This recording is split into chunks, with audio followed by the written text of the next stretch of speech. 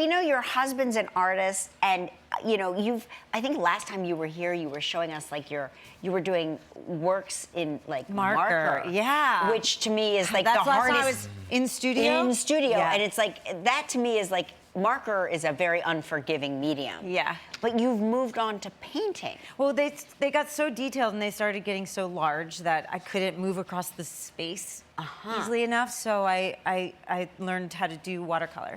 That's amazing. Wow. That's a watercolor? That's a very large watercolor, yeah.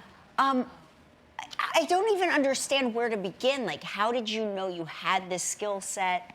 You know, I always did drawing. it was like when I was retreating, it would always go into drawing. And so it was really exciting during the pandemic when we had all that time to like really allow myself the permission to stay in that space. And, you know, being married to an artist, I'm surrounded by artists. Yeah. It'd be like, that's cool what you're doing. So there was a lot of sort of outside encouragement that was happening. Do they give you Yes. like you're doing it wrong? Is there ever Were you like nervous about that? That's, Yeah. Oh yeah, some of the artists that we know and my husband, they're very critical of each other, of themselves. So yes, at the same time, that world is like, you are free to bring to it what you are and Sure. what you have. Yeah. So it's not about judging your technique. It's really about what is your content, and I actually had never really given myself the permission to really have that part of myself be something I share. Shared, yeah.